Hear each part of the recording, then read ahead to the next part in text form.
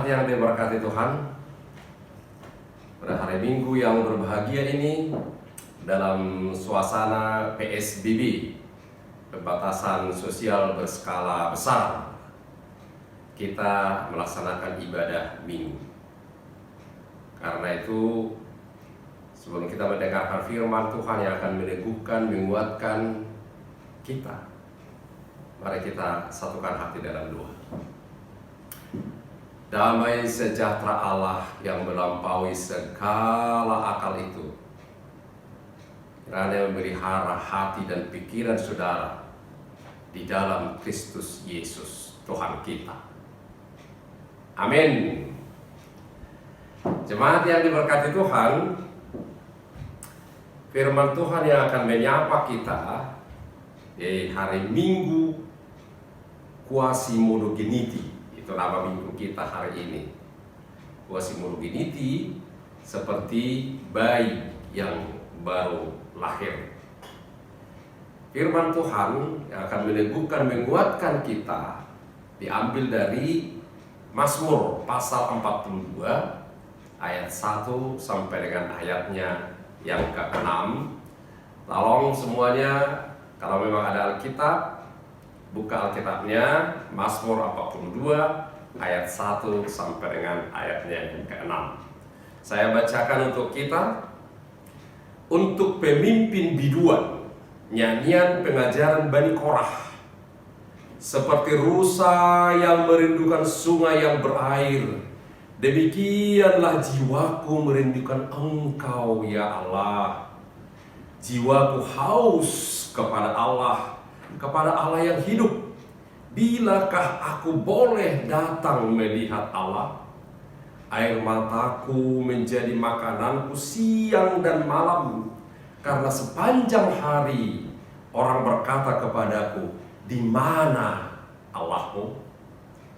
Inilah yang hendak ku ingat, sementara jiwaku gundah gulana. Bagaimana aku berjalan maju dalam kepadatan manusia, mendahului mereka melangkah ke rumah Allah dengan sorak-sorai dan nyanyian syukur, dalam keramaian orang-orang yang mengadakan perayaan. Mengapa engkau tertekan, hai jiwaku, dan gelisah di dalam diriku? Berharaplah kepada Allah, sebab aku bersyukur lagi kepadanya, penolongku dan Allahku. Demikian firman Tuhan. Jemaat yang diberkati Tuhan, bersama-sama dengan pemerintah kita sekarang sedang berada di rumah masing-masing untuk ikut serta menjaga penyebaran COVID-19 di tengah-tengah bangsa dan negara kita, di tengah-tengah keluarga kita. Yang perlu kita lakukan adalah stay at home, tetaplah di rumah. Jangan pergi khususnya ke tempat yang keramaian. Jangan pergi ke sana, karena kita bisa sehat, tapi bisa aja COVID itu, virus itu ada sama kita, sehingga kita menularkannya kepada orang lain. Orang lain yang kita temui mungkin sehat, tapi mungkin ada virus dalam dirinya dan bisa tertular kepada kita. Karena itu, tetaplah di rumah, jaga kesehatan, seperti dianjurkan pemerintah. Jangan lupa cuci tangan. Kalau memang terpaksa harus keluar, karena memang harus ada kalanya harus keluar rumah, jangan lupa pakai masker, bawa hand sanitizer, sehingga kita bisa meminimais kemungkinan tertular atau menularkan COVID ini. Jemaat yang diberkati Tuhan, belajar dari Mazmur ini yang baru saja kita baca, ini akan membantu kita untuk menjalani jalan menuju kemenangan di tengah keputusasaan dan depresi. Jadi Mazmur ini seperti roadmap. Kalau kita ikuti di tengah keputusasaan dan depresi ini, kita akan menuju kemenangan. Dari pengalamannya sendiri, pemazmur berkata kepada kita sekarang, jika Anda ingin mengatasi depresi, jika Anda ingin mengatasi keputusasaan, maka Anda harus membuat beberapa perubahan yang radikal dalam cara Anda memandang kehidupan ini. Sekali lagi, jika kita ingin mengatasi depresi, keputusasaan akibat pandemi COVID-19 ini, maka kita harus membuat beberapa perubahan radikal dalam cara Anda memandang kehidupan ini. Yang pertama, jadi ini cara memandang kehidupan. Berhentilah memandang diri sendiri. Berhentilah mengasihi diri sendiri. Hanya mengasihi, aduh gimana aku, gimana kita, gimana anak-anakku, gimana keluargaku. Jadi berhentilah sekarang memandang kepada diri sendiri. Berhentilah mengasihi diri sendiri. Dan mulailah memandang kepada Allah.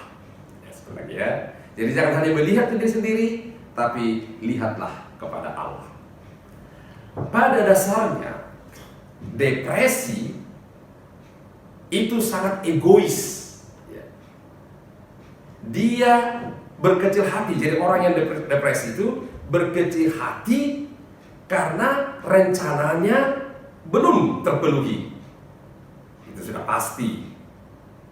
Karena COVID-19 ini ada banyak rencana yang tidak bisa kita penuhi, yang tidak bisa kita laksanakan. Jadi depresi itu egois. Dia berkecil hati karena rencananya belum terpenuhi. Dia berkecil hati karena perasaannya belum lega. Jadi ada beban yang menyesak hati kita.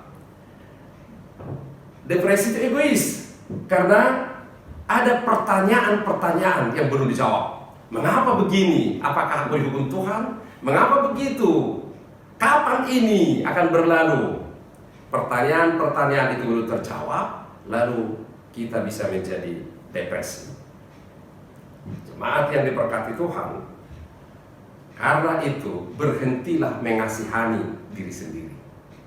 Cobalah, belajarlah sekarang memandang kepada Tuhan, memandang kepada orang lain. Keluarlah dari diri sendiri. Lihatlah Tuhan dan lihatlah sesama. Dan kita bersyukur kepada Tuhan. Ada banyak orang. Tadi aku dengar ada seorang anak kecil menyisihkan, mengambil tabungannya untuk dibagikan kepada orang lain. Wah, luar biasa. Jadi dia berhenti mengasihi dirinya sendiri, lalu dia belajar melihat orang lain. Bukan lagi hanya dia perlu ditolong, tapi dia sekarang belajar menolong orang lain. Kita diajar oleh Tuhan dalam Galatia 6 ayat 2, bertolong-tolonganlah kamu menanggung bebanmu. Itulah caranya memenuhi hukum Kristus. Jadi kita lihat Kristus. Dengan melihat Kristus, kita menjadi orang yang keluar dari diri sendiri dan belajar peduli kepada orang lain, belajar menolong orang lain. Jadi sekarang sebagai umat percaya, silakan jangan hanya duduk di rumah, hanya mengasihi diri sendiri. Tapi kalau kita diberi Tuhan rezeki, diberi Tuhan berkat yang bisa kita bagi, bagilah kepada orang lain, kepada orang yang membutuhkan. Banyak sekarang yang sangat membutuhkan. Karena pembatasan sosial berskala besar ini, tidak bisa lagi tukang ojek bawa penumpang, dan banyak orang yang takut naik Grab dan sebagainya. Lalu mereka paling mengalami dampak dari COVID-19 ini. Mungkin mereka butuh uluran tangan kita. Lihatlah, berhentilah melihat mengasihi diri sendiri. Lihatlah Tuhan dan lihatlah sesama. Yang kedua, cara perubahan radikal dalam cara pandang kita memandang kehidupan. Berhentilah memandang masa lalu. Berhentilah memandang masa lalu dan mulailah memandang ke masa depan. Inilah persoalan bangsa Israel dalam perjalanan 40 tahun. Kenapa mereka harus berjalan 40 tahun? Karena mereka bolak-balik memandang ke belakang. Waduh, enak banget kalau di Mesir dulu ya. Waduh, enak banget kalau nggak ada COVID dulu ya. Jadi selalu melihat ke belakang. Dan mereka ingin kembali ke belakang. Tapi sekarang, berhentilah hanya melihat ke belakang, melihat masa lalu, dan mulailah memandang ke masa depan. Boleh kita mengingat masa lalu. Boleh kita mengenang masa lalu. Tetapi mengenang masa lalu itu adalah mengenang bagaimana Tuhan menolong kita. Jadi bukan hanya, waduh enak banget ya masa lalu ya. Kalau dulu sebelum COVID ya, kita bebas kemana-mana ya. Bukan hanya itu yang mau diingat. Tapi bagaimana Tuhan menolong kita di masa lalu. Ya, itu yang harus diingat. Jadi kalau ingat masa lalu, bukan hanya sesuatu yang kita alami, yang wonderful di masa lalu, tapi bagaimana Tuhan menolong kita di masa lalu. Jemaat yang diberkati Tuhan, kita tidak dapat merebut kembali masa lalu yang telah berlalu. Gak bisa. Kita boleh ingat, tapi kita gak bisa kembali ke sana, kita tidak bisa berebut lagi. Tapi kita dapat mempercayai Tuhan yang sama. Tuhan yang sama di masa lalu, Tuhan yang masa sama sekarang, Tuhan yang sama pada akhir yang akan datang. Ibrani 13 ayat 8. Yesus Kristus adalah kemarin, sama, hari ini, dan sampai selama-lamanya. Jadi Yesus yang menolong kita di masa lalu, Yesus yang menolong kita sekarang, Dialah yang akan menolong kita menuju masa depan yang lebih baik. Jemaat yang diberkati Tuhan, karena itu Tuhan tidak pernah gagal dalam melakukan pekerjaannya. Meski kita sering melihat, waduh gagal, peristiwa Golgota, orang berkata Yesus sudah kalah. Ternyata 3 hari kemudian dia bangkit, dia menang. Jadi bisa kita melihat, di mana Tuhan? Wah, aku seperti nggak ditolong. Percaya, Dia tidak pernah gagal menolong kita, dan Dia tidak akan pernah meninggalkan kita. Saudara-saudara diberkati Tuhan, kita bisa memiliki harapan masa depan karena Tuhan membebaskan kita pada masa lalu. Dia telah membebaskan kita. Dia juga akan menolong kita sekarang. Dia akan menolong kita menuju masa depan. Kita bisa punya harapan, memiliki harapan masa depan. Kenapa? Karena kehadiran dan perlindungan Tuhan tidak akan pernah meninggalkan kita. Dia selalu hadir, Dia Immanuel. Dia selalu menolong kita, melindungi kita. Kita bisa memiliki harapan masa depan. Kenapa? Karena ada arahan dari Tuhan dalam hidup kita. Ada tuntunan, ada bimbingan. Dia yang menuntun, membimbing, mengarahkan setiap ayunan langkah kita untuk maju ke depan. Yang dibutuhkan adalah mau dituntun, mau dibimbing, dan mau diarahkan oleh Tuhan. Bagaimana supaya bisa? Dengarkan firman-Nya. Karena bimbingan, arahan, tuntunan Tuhan kita bisa temukan dengan membaca firman-Nya.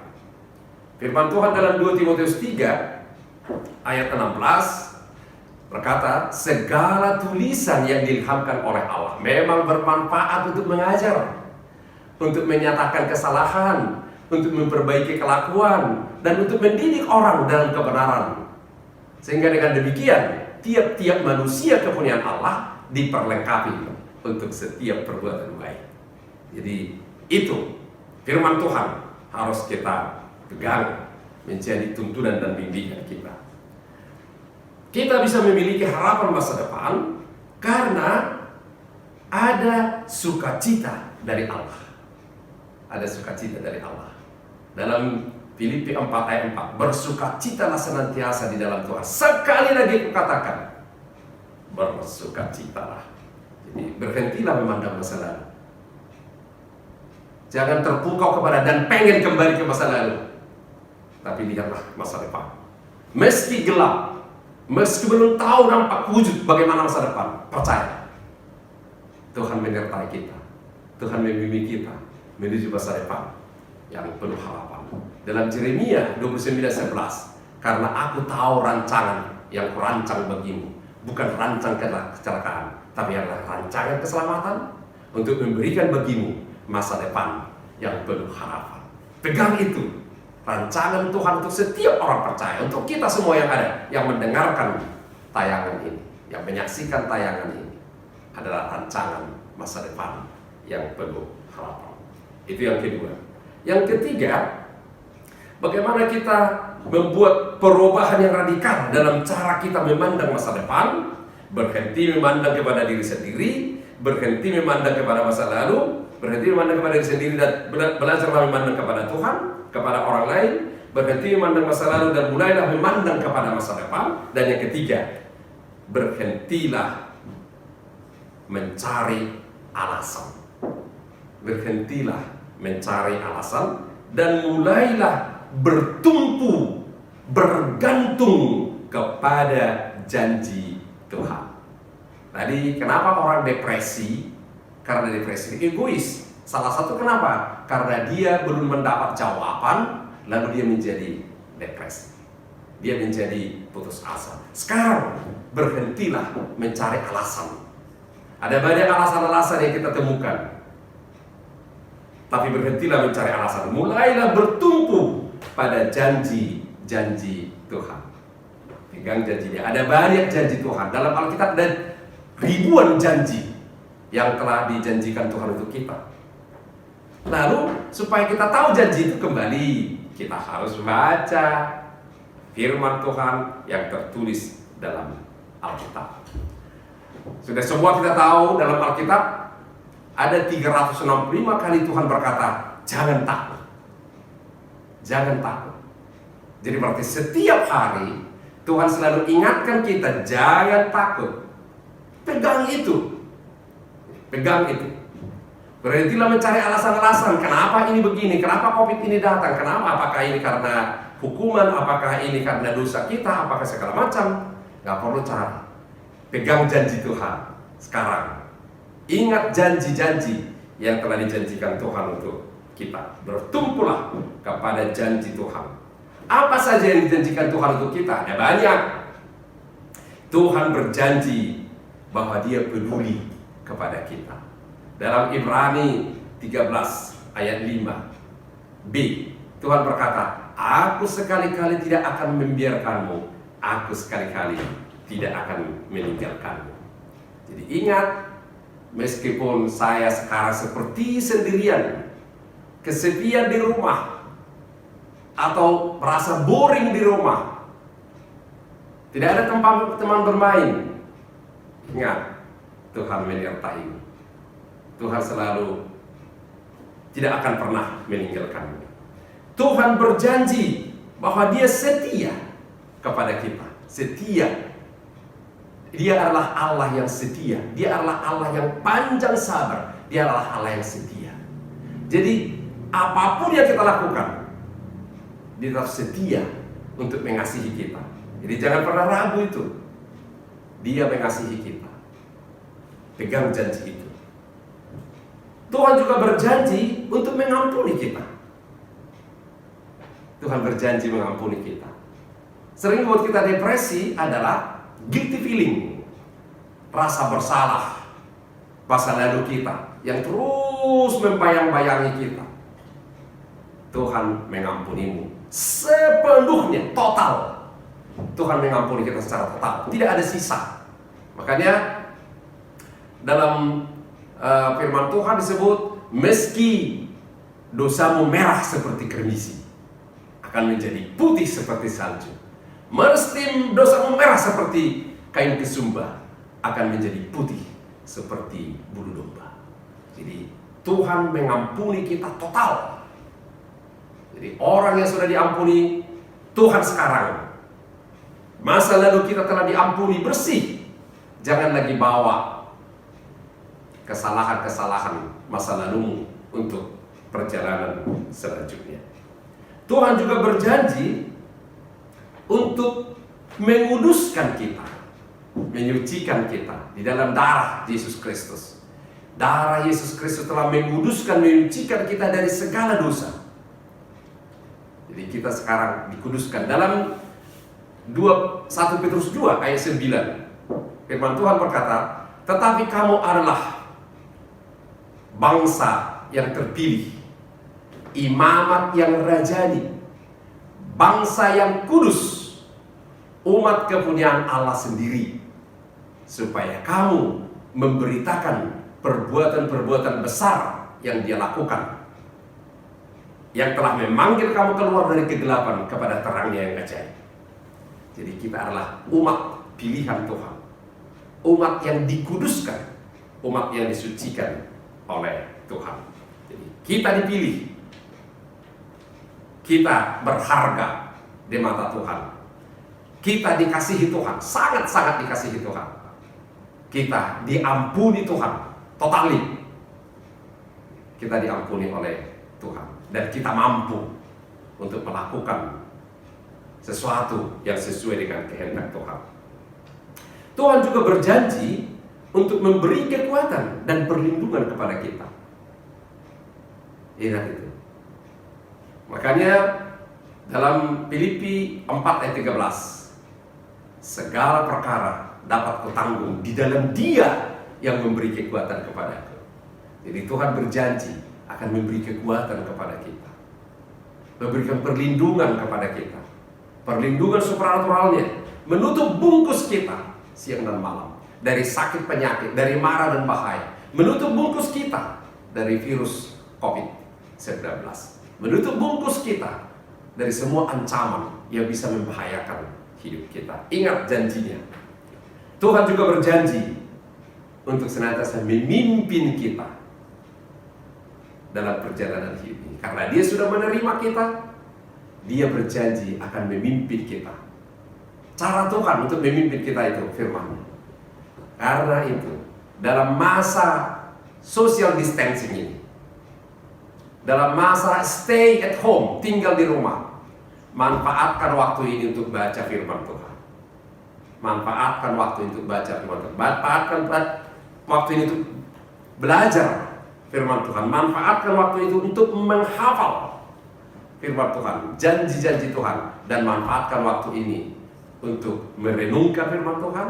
Manfaatkan waktu ini untuk menjadi pelaku firman Tuhan, melakukan firman Tuhan. Ini adalah kesempatan emas yang diberikan Tuhan. Kita boleh bersama-sama bersekutu setiap keluarga. Terima kasih. Dimanapun kamu berada sekarang, rumah yang mana? Rumah yang kecil atau rumah yang besar? Rumah yang dekat atau rumah yang jauh? Dimanapun kamu berada, Tuhan Yesus mengasihimu. Dan Tuhan Yesus memberikan kita roadmap.